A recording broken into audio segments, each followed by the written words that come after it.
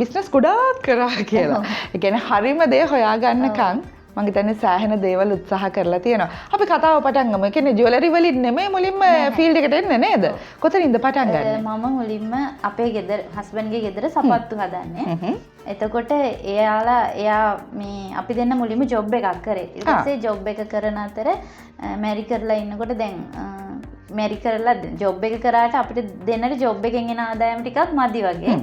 ඊට පස්සේ අනිත් එක මගේ පොඩි කාලේ නම් තිබ්බ මතයක් තමයි අපි දෙන්නගේ දෙයක් කරන්න ඕන. හරි බිස්නස් එකක් කරන්න ඕන. මම තනියම කරන්න ඕන කියන එක තමයි මගේ හිතේ තිබුණේ. ඊට පස්සේ මේ කොහොම හරි දැන් ගෙදර සපත්තු තියෙනවානේ. ඊට පස්සේ අපි දෙන්න කුරුණෑගල බඩගමුව කැලේ කියලා තියෙනවා. ගෙදර සපත්තු තියනවා කිව්වේ අර හදනවා.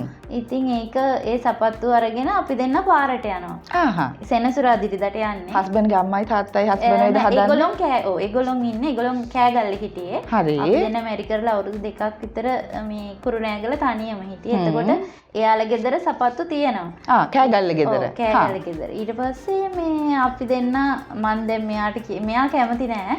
එයා ආස ජොබ් එකක් කරන්න එහෙම. ඊට පස්සේ මේ කියලා කොහොම හරි සෙනසුරාදිරිදට පාරට යන්න පටන් ගත්තා. මේ සෙනසුරාදිරිදට දැන් තනියම යන්න බෑනේ අපි දෙන්න විතරනේ. හස්බන්ඩ්ගේ අක්කවත් ගෙන්න ගන්නවා.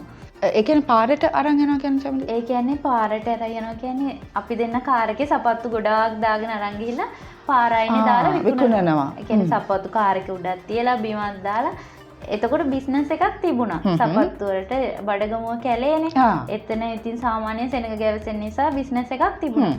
ඊට පස්සේ කොහොම හරි දැන් සෙනසුරාදිරිදා විතරනේ කරේ. ඊට පස්සේ මම කිව්වා දැන් ඉතින් අපි දෙන්න ජොබ් එකෙන් අයින් වෙලා දිගටම මේක කරමු කියලා. එයා පොඩ්ඩක් අකමැති වුණා. ඒ කියන්නේ ඒ වෙද්දි ඒකට හොඳ මේ ආදායමක් තිබුණා. නමුත් අර පාරේ ඉන්නවා කියන එකට එයා අකමැති වුණා.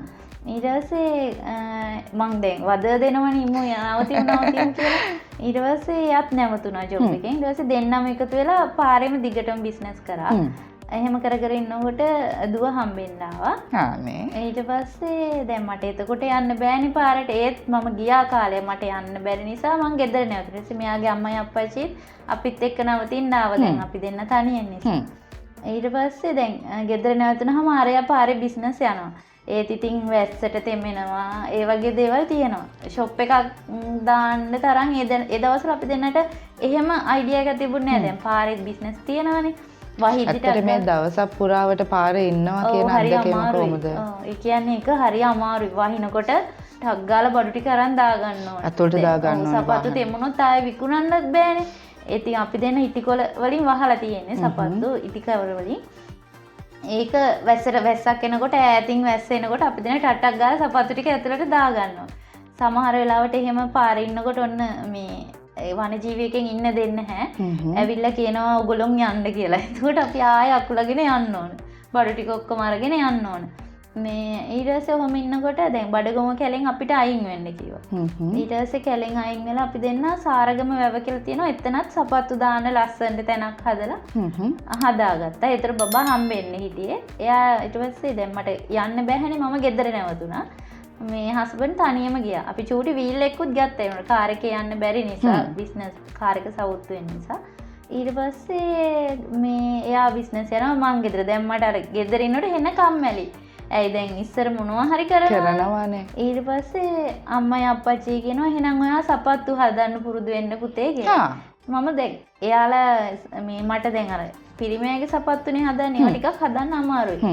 අර උඩ টොප් එක මහන්න කියලා දුන්නා. දැන් ඒක මහන්න දන්නවා. ඊට පස්සේ මහනවා. මහලා මේ ඊට පස්සේ එයාලා අර ඒතරේ මැෂින් එහෙම මෙහෙට ගෙනල්ලාද තිබුණේ කෑගල්ලේ? පොඩි මැෂින් තියෙනවා. ලොකු ඒවා නෙමෙයි. පයින් පාගන මැෂින් වලින්. එයාලට ජුකි මැෂින් වලින් මහන්න බෑ ඒ සපත්තර. පිටින් පිටේ තනින් තන වෙනස් කරන්න ඕනේ. ඊට පස්සේ මට මහන්නත් බෑ. මම කොහොම හරි මහන්න අම්මා පුරුදු වුණා. ඊට පස්සේ සපත්තුත් හැදුවා.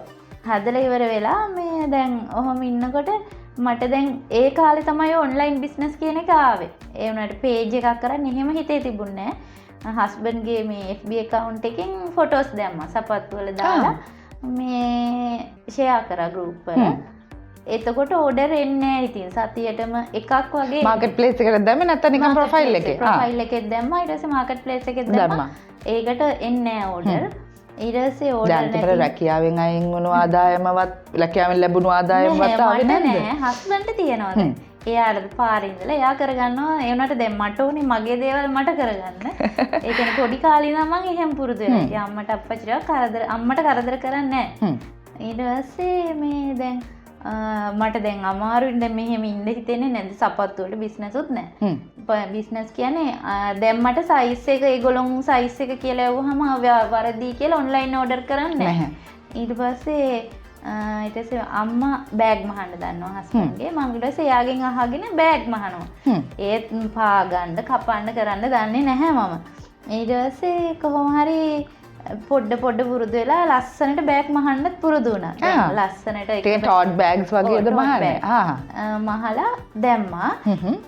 ඒකට දාලා කොහොම හරි සතියක් දෙකක් විතර එක දිගට ෆොටෝස් ගගහ දැම්මා මම. ඒත් මට දැන් පේජ් එකක් මොකුත් නෑ මාකට් ප්ලේස් එකෙන් හස්බන්ඩ්ගේ account එකෙන් තමයි කරන්නේ. ඊට පස්සේ ඒකටත් බිස්නස් දැන් මට හිතේ හැටියට නෑ. මට දැන් ඕනේ අර ටිකක් හොඳට බිස්නස් එකක් තියෙන්න. ඊට පස්සේ ඒකත් අතාරිනවා. ඊට පස්සේ අතෑරලා දැන් කොච්චර කල් වගේ දැන් ওই බෑග්ස් මහුවද? සාමාන්‍යයෙන් මාසෙකමාරක් දෙකක් තුනක් විතර මැහුවා. බෑග් ගොඩක් මැහුවා. මේ හස්බන්ඩ්ගෙන් සල්ලි ඉල්ල ගන්නවා රෙදි ගේනවා මහනවා.